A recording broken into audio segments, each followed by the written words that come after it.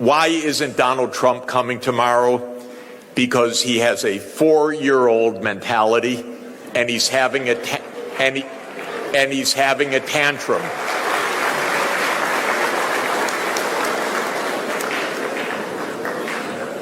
He's having a tantrum. What is the tantrum?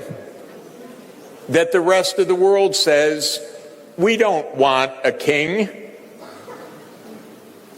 As President Lula said, we don't need an emperor. He would come here as just one of 20 leaders, or 21.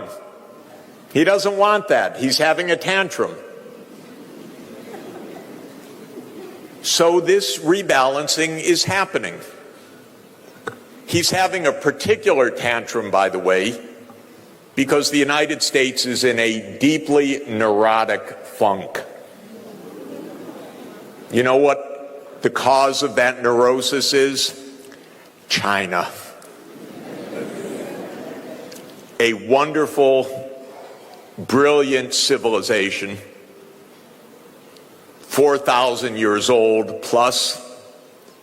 It's been a unified state with brilliant statecraft for more than 2,000 years. Unlike Europe, in which every country of Europe fought every other country of Europe every year for 1,000 years. Most of the time, China was peaceful, united. It fragmented temporarily at some points, but it was mainly a unified country that actually, strangely enough, didn't beat up its neighbors also. So China, for 1,000 years, never attacked Japan, for example. Can you imagine? Britain couldn't keep its hands off any place for more than a year or two at a time. It had to go beat up somebody. And the United States doesn't even take a year off. I don't know the truth yet. It could be an accident, but I don't think so. Today, a major refinery in Venezuela suddenly exploded. That seems a lot like the CIA to me. I don't guarantee it. We don't have any more news. But last week, President Trump said he had assigned the CIA to operations inside Venezuela, and a week later, suddenly the biggest refinery blows up.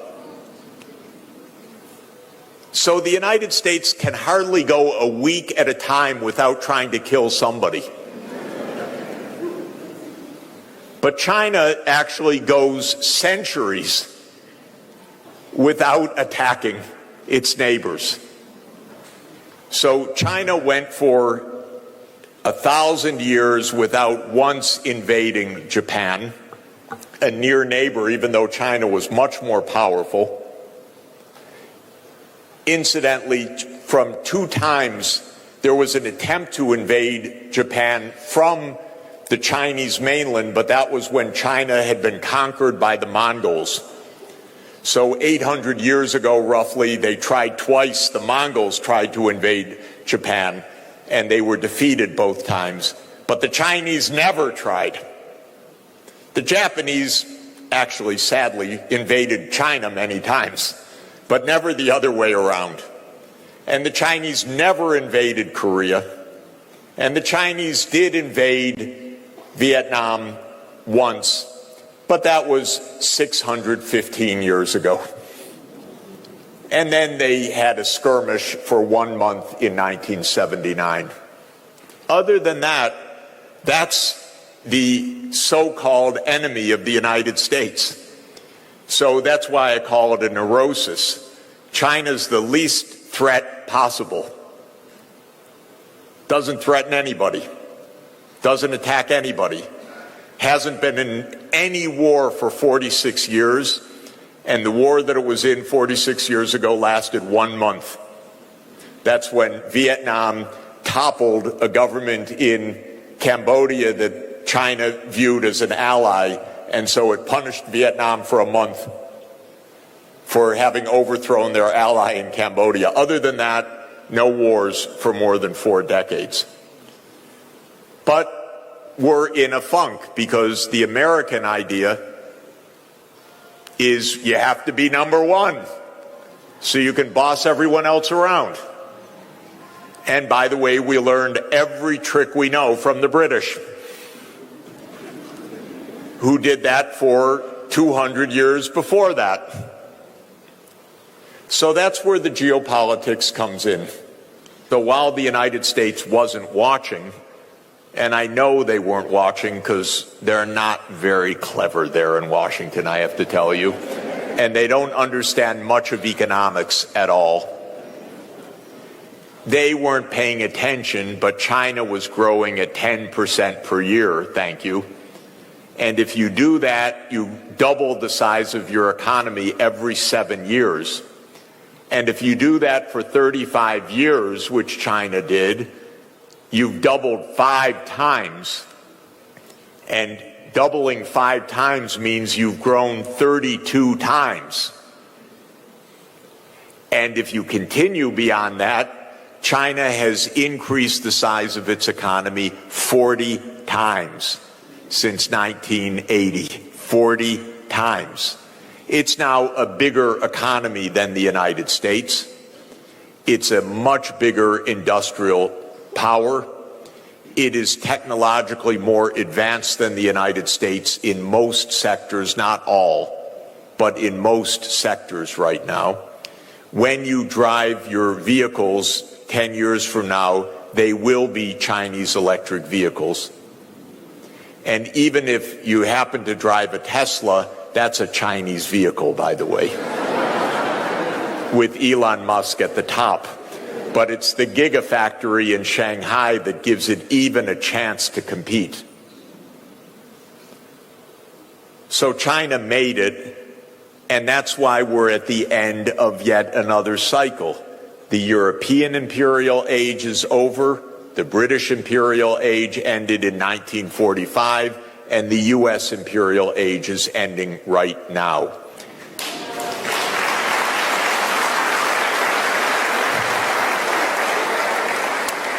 And that's why Donald Trump is home. Because he doesn't want to be one of several. That's all. The delusion is still in Washington, by the way. It's not over. It's still a powerful country. It's still a dangerous country. It's got too big a military. It still has its hands on the valves of the international payment system to a large extent. It can turn on and off the spigot for countries that are vulnerable. Remember, the IMF and the World Bank are U.S. institutions, even though they are multilateral institutions. They were founded for not bad purposes, by the way, but they are American-dominated institutions, and that gives continuing power. And I always emphasize geography in thinking about economics.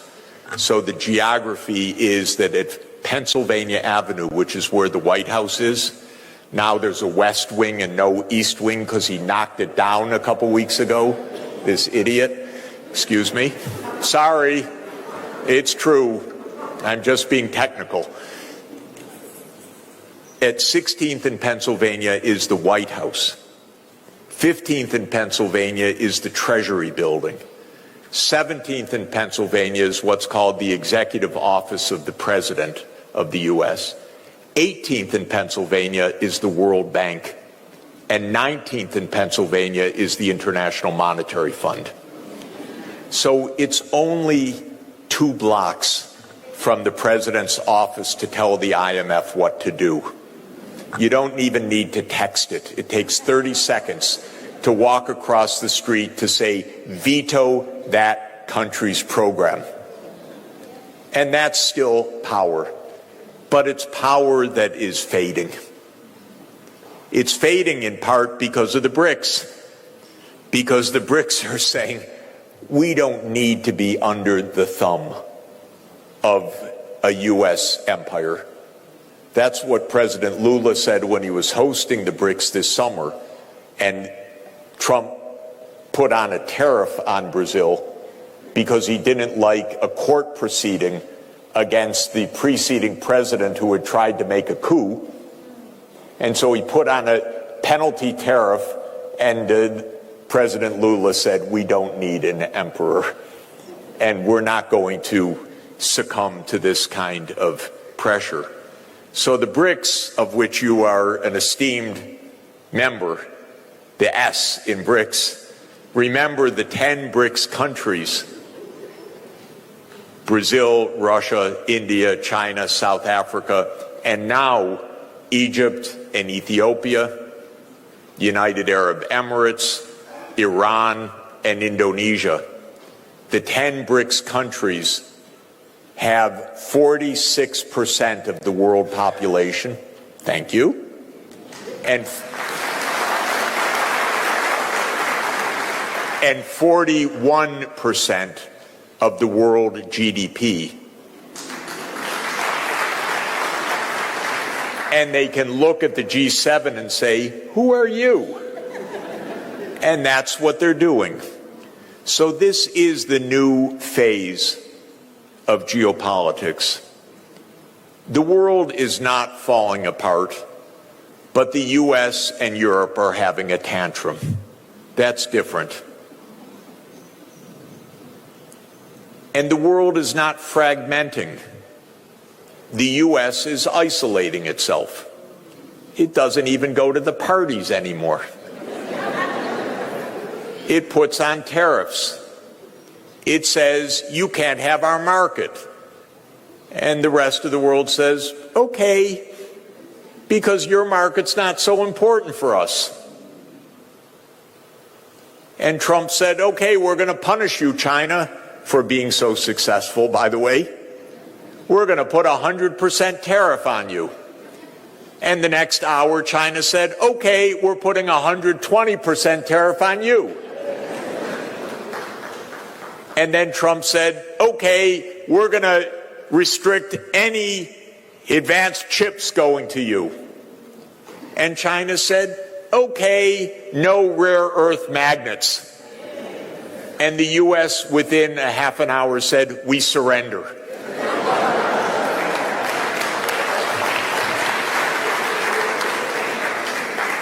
By the way, I had no idea there was anything called a rare earth magnet before all of this happened. So I had to ask ChatGPT what it was exactly. It turns out it's absolutely essential for all manufacturing, for automotive, for military, and so on. And China makes them. The U.S. doesn't make them. And so turned out the U.S. learned a bit of a lesson there. Again, yet another reason why Donald Trump is staying home. So this is why we're at such a historic juncture. But the world is really not fragmenting. It's remaining open and it's trading. It's just that one corner of the world is very surly. The part that used to dominate just can't figure out what's going on. And Trump is, of course, trying to flex the military muscles in a disgusting way. The U.S. is still militarily powerful, no doubt about it. The wars in Ukraine and Gaza are imperial wars. The war in Ukraine came because the United States said after the collapse of the Soviet Union, we'll move all our military bases up to the Russian border. The United States said to President Gorbachev, we promise NATO won't move 1 inch eastward. Not 1 inch. And if you want all the documentary record of that, go to a website called National Security Archive of George Washington University, and go to a website that is called What Gorbachev Heard.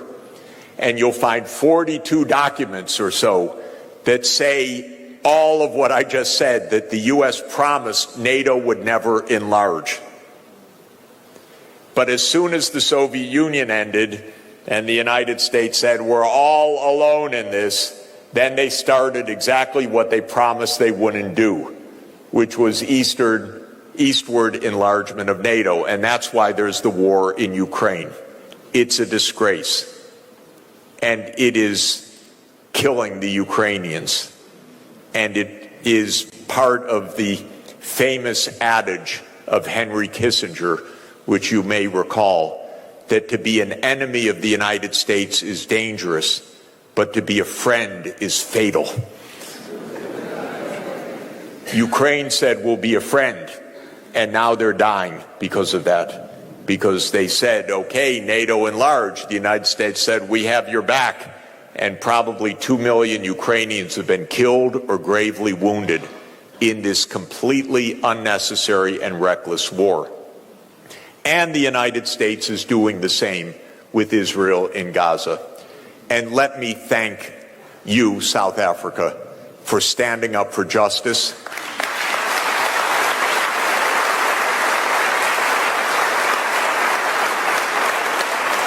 It was very brave, very right, very precise to launch the International Court of Justice case on Israel's violation of the 1948 Genocide Convention. The ICJ takes too long to rule, but the evidence that South Africa brought on behalf of the whole world is absolutely right and compelling.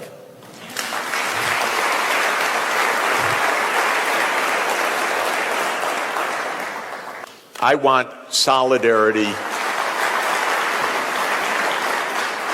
I want solidarity across countries and across the world. And for Africa, solidarity for me means African unity, true African unity. African unity started as an organizational form in 1963. The United States, Britain, and France hated it. They don't want African unity. When they saw leaders that would unify like Patrice Lumumba, they killed them or they overthrew them, because empires like divide and conquer.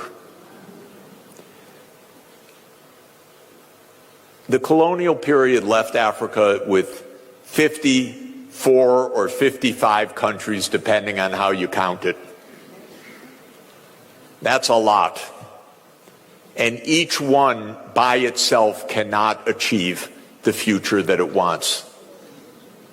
It can't resist the diplomacy or the attacks on diplomacy by itself. It can't resist the pressures. It can't resist the financial squeeze. It can't resist the instabilities that come from a market that's too small. Unity is the key. Solidarity is the key. And also, this is why this university is so crucial, because you are not only the University of South Africa, you are a South African university all over Africa. So I'm reading UNISA as Universities of Africa, because you are not only the leader here, but you're a leader across the continent. And so on your own campuses and your connections with other universities around this continent, work together to pull the unity of knowledge, of education, of training, and of good advice to the national governments and to the empowerment of the African Union as a true union. And I want Africa to make the continental free trade area really work. I want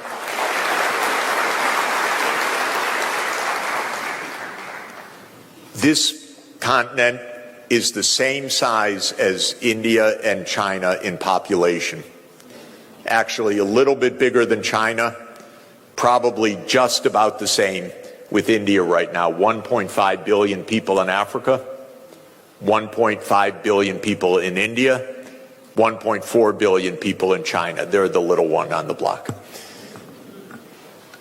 China ended its poverty in 40 years through good planning and this mass national scale. India is on the path of ending its poverty now. It's about 15 years behind China in the reforms that opened up that led to the rapid takeoff. It's time for Africa now, as this giant, as a continental scale economy, to be the era of takeoff. And that will come with a continental scale economy and a continental scale strategy. And that means solidarity. So I want to commend you for the wonderful role that you're playing.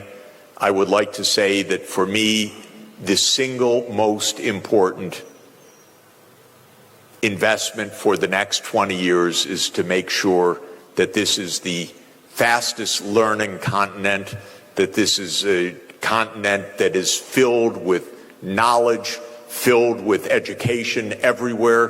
By the way, the adults, the children, this should be a time of the greatest advancement of learning and knowledge in Africa.